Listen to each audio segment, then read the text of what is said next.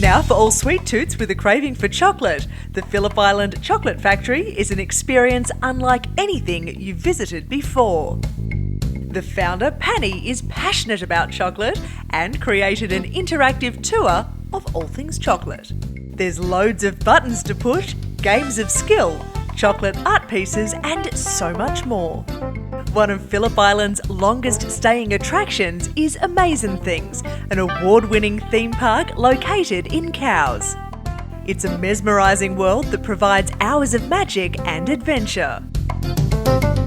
Head outdoors to the largest 3D wooden maze in Australia. Top off your experience with a fun yet challenging 19-hole mini golf game. The kids will love it, and so will mums and dads.